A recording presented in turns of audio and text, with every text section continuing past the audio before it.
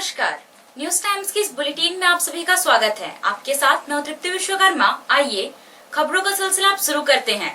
पश्चिमी सिंहभूम में लगातार कोरोना संक्रमित मरीजों के आंकड़ों में कमी आ रही है। जिले में बीते 24 घंटों में 84 कोरोना संक्रमित मरीज पाए गए हैं।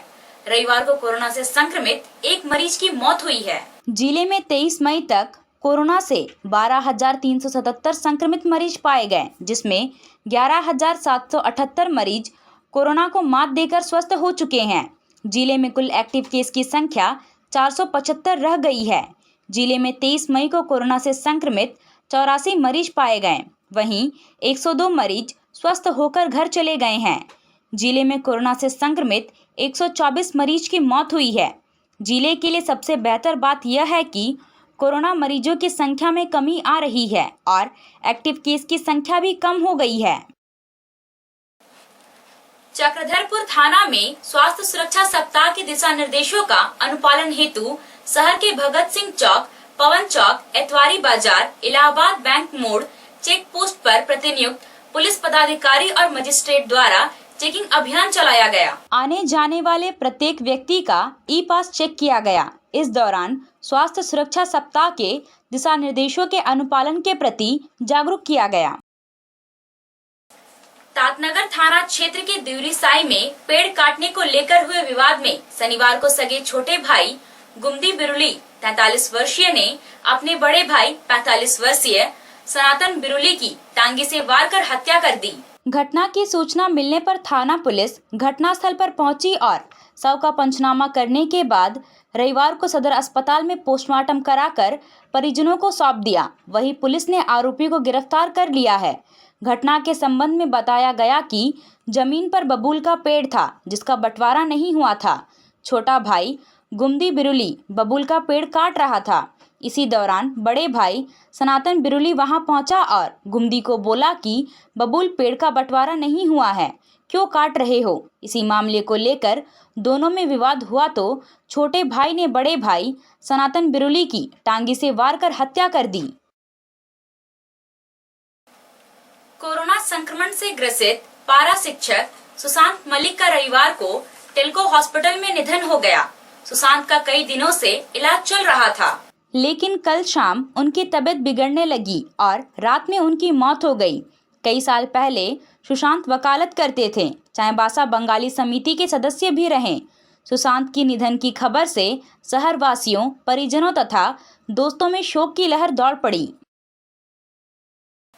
डांगवा पोसी और कलैया पंचायत में आंगनबाड़ी सेविका, सहायिका और सहियाओं ने घूम घूम कर ग्रामीणों का कोरोना टेस्ट किया। इस दौरान कुल 22 लोगों का कोरोना टेस्ट किया गया, जिसकी जांच रिपोर्ट अभी आनी बाकी है। इस कार्य में आंगनबाड़ी सेविका के रूप में मीना कुमारी, कमला लागुरी, सरस्वती हिस्सा, सहायिका के रूप में रेखा बोबोंगा, हीरामणि बोबोंगा, बाहमनी लोहार एवं सहिया के रूप में मीना बोबोंगा ने अपना योगदान दिया। इससे पहले जगन्नाथपुर प्रखंड विकास पदाधिकारी ने दोनों पंचायतों में जाकर लोगों को कोविड से बचने के लिए जरूरी प्रोटोकॉल का पालन करने, सरकारी दिशा निर्देशों को मानने, कोरोना के लक्षण दिखने पर कोरोना टेस्ट कराने और खुद को वैक्सीनेट कराने को प्रोत्साहित किया।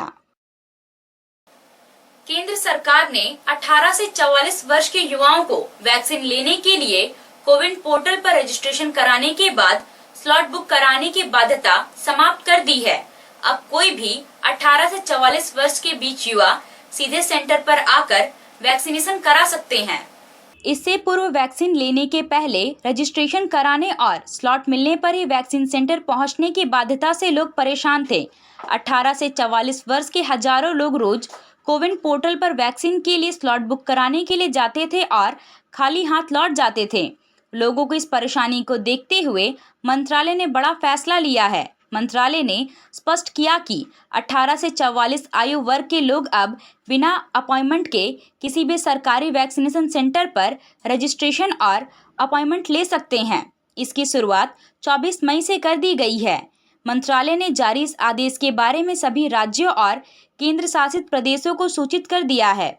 इस आदेश से 18 से 44 वर्ष के वैक्सीनेशन कराने वाले लोगों ने राहत की सांस ली है, क्योंकि ऑनलाइन रजिस्ट्रेशन कराने में युवाओं को काफी परेशानियां आ रही थी। गोवा थाना क्षेत्र के रोआम गांव से गोवा आने के दौरान सड़क दुर्घटना में एक युवक की मौत हो गई। घटना रविवार संध्या की है। मृतक कानू सिरका टोंटो प्रखंड के कादू सुकवा गांव का रहने वाला है। मिली जानकारी के अनुसार रविवार की संध्या 3 युवक मोटरसाइकिल से रोआम गांव से घाटकुरी गांव जा रहे थे।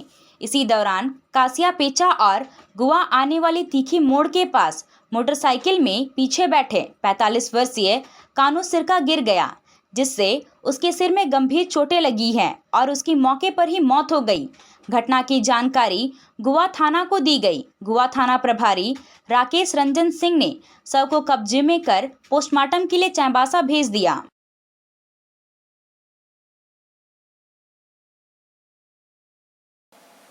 मंझारी में ट्रांसफार्मर के पास काम कर रहे 27 वर्षीय लाइनमैन मेरुम होनर निवासी लंकेश्वर बिरवा विद्युत करंट की चपेट में आकर गंभीर रूप से घायल हो गए।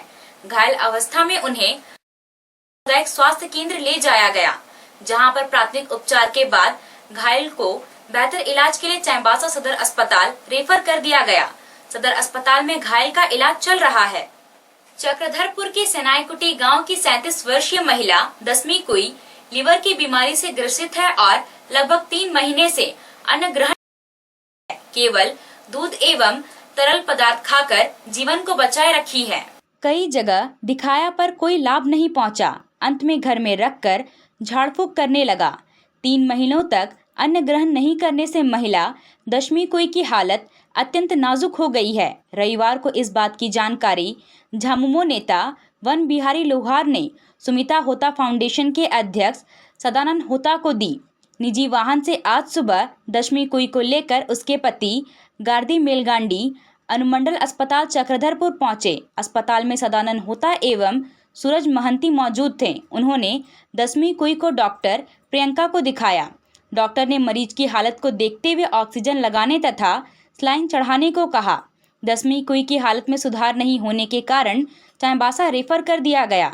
सदानंद होता ने बिना देर किए 108 एम्बुलेंस से चाईबासा सदर अस्पताल भेजा। कल चाईबासा में दसवीं कुई का सिटी स्कैन होगा, तब बीमारी का पता चलेगा तथा आगे का इलाज होगा। बंगाल की खाड़ी में उठने वाले यास तूफान को लेकर झारखंड समेत पूरे राज्य में हाई अलर्ट जारी कर दिया गया है।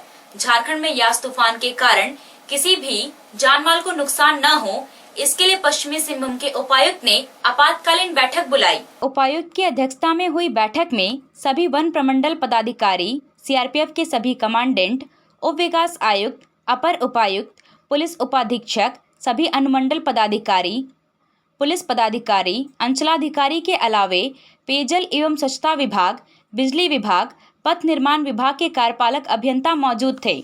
उपायुक्त ने बैठक में उपस्थित सभी पदाधिकारियों को निर्देश दिया कि अपने क्षेत्र में चक्रवाती तूफान से संबंधित सूचना प्रसारित करें। लोगों को 26 और 27 मई के दिन घरों से बाहर नहीं निकलने की अपील करें और आवश्यक सामग्री की व्यवस्था पूर्व में कर लेने को कहें। इसके लिए सभी सामुदायिक स्वास्थ्य केंद्र, प्राथमिक स्वास्थ्य केंद्र, उप केंद्र प्रभारी को सतर्क रहते हुए क्षेत्र में बने रहने का निर्देश दिया गया। पश्चिमी सिंहभूम जिला के जरायकेला थाना अंतर्गत गिंडुम गांव में मच्छरदानी लगाने को लेकर हुए विवाद में सास और चाचा ससुर ने मिलकर बहू सावित्री हेम्ब्रम की हत्या कर दी। घटना की जानकारी मिलते ही पुलिस ने छापेमारी कर सोमवार को आरोपी सास मिनीवती हेम्ब्रम और चाचा ससुर बुधराम हेम्ब्रम को गिरफ्तार कर जेल भेज दिया। घटना 17 मई की रात को हुई थी, लेकिन हत्या का खुलासा रविवार को हुआ। उसके बाद पुलिस ने आरोपियों से सख्ती से पूछताछ की, जिसमें आरोपियों ने जुर्म कबूल कर लिया। अभी के लिए बस इतना ही। कुछ और खबरों के साथ हम फिर हाजिर होंगे। तब तक न्यूज टाइम्स की पूरी टीम को दीजिए इजाजत। नमस्कार।